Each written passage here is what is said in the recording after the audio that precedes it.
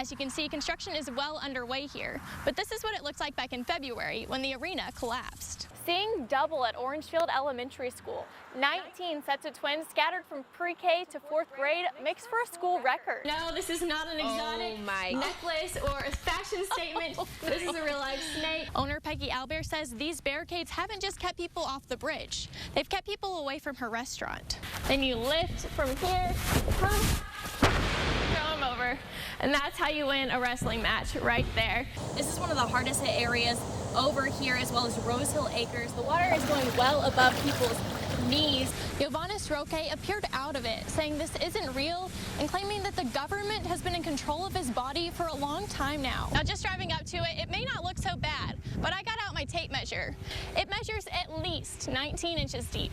It's a zombie takeover at play today in Orange. Coming up, I'll tell you how to get your kids off the screens and into some fun. Right now, we're heading on I-10 West. I'll give you a look at what we're seeing right now.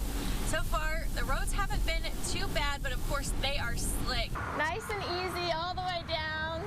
Nice view of the whole space. It is National Bring Your Dog to Work Day, and we've got a very special guest joining us this morning. So many of Tiffany Williams' things now sit on the edge of the street. But with her wedding right around the corner, she managed to save the one thing she says matters the most. It got to me the day before this happened.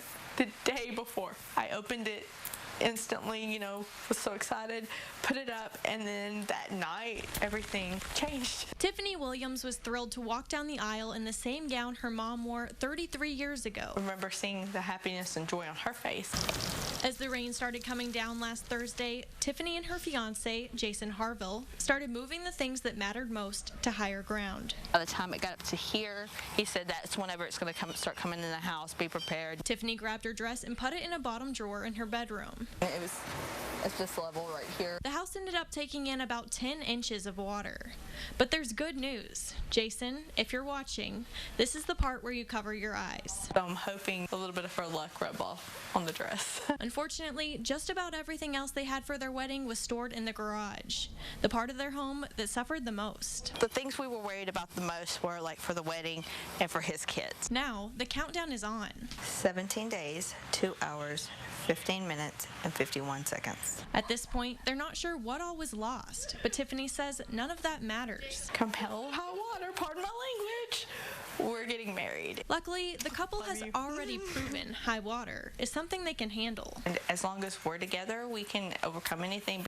And while they're not sure where they're going to have their wedding, what they're going to eat, or even what the groom will wear, no matter what, come October 13th, the couple will say, I do. Reporting in Nederland, Parris Kane, 12 News. We want God in this country again, in our schools, in our government more especially. And I think it's a wonderful thing. Charlie Boyette is one of the many that bowed his head today in support of Sheriff Billy Rolls, a visible backlash to a complaint from the Freedom from Religion Foundation. Of course, they wrote a real nasty letter that I was using. Wasn't right for me to go have a prayer meeting with someone that was violating the law. The letter to Rolls said it's unconstitutional to substitute prayer for punishment and urged the department to issue an apology. Sheriff Rolls says he used the term prayer meeting to describe a conversation one of his deputies had with a woman accused of abandoning 2 puppies at the dump. In East Texas, we have a couple sayings. One of them, we have when someone has messed up or maybe messed up, supposedly messed up, we have a come to Jesus meeting with them. Or we have a prayer meeting with them. Rolls said the woman never admitted to ditching the puppies, but the deputy felt he got the message across, and she wouldn't be doing it again. I didn't use county money to drive all the way to Deweyville and pray with somebody over a mistake or maybe a minor violation of the law. Although Sheriff Rolls didn't actually say a prayer with the accused woman, make no mistake, he says he'll pray if he sees fit. I don't mean to be obnoxious with Wisconsin, but if something happens, I'm not going to stop praying with people. When people need prayers, I'm one that believes that prayers work, and so I'm not going to stop it. In Newton, Parris Kane, 12 News. A mom on a mission to give her son the best chance. Lincoln is 2 years old. He has Shwachman-Diamond syndrome, and it's a bone marrow failure syndrome. It's a battle Savannah Lillywhite and her husband have fought before. Our middle child, Andrew, had SDS, and he lived his entire 3.5 months in the hospital. After Andrew died, Savannah swore she wasn't going to put herself through something like that again. 4 years later, we felt we were supposed to have another one. Not long after, along came Lincoln. We felt maybe that was a sign things were going to be okay. But while Savannah was pregnant, they learned Lincoln had it too. I was scared that I was going to be bearing another child. After Lincoln was born, Savannah says things were manageable until this past February. It became more of an urgent situation. Doctors decided Lincoln needed a bone marrow stem cell transplant. Without it, he's prone to 2 different types of cancer. The prognosis for survival is slim to none.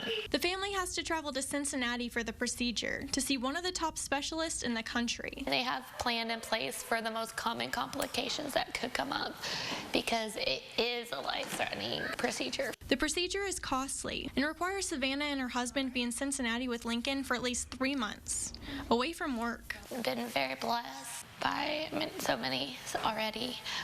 People we don't even know. That's how we're going to be able to do it. To help cover the expense, they've set up a GoFundMe page, and friends are throwing Lincoln a fundraiser link sale at Dawes Law Firm in Beaumont. This Saturday on October 19th, which is actually the 7-year anniversary of when my son Andrew passed away. Savannah says it's been a difficult journey, but she wouldn't trade her family for anything. I love him more than anything, and I'm not bearing another child. It's just not gonna happen if I can help it. In Beaumont, Parris Kane, 12 News.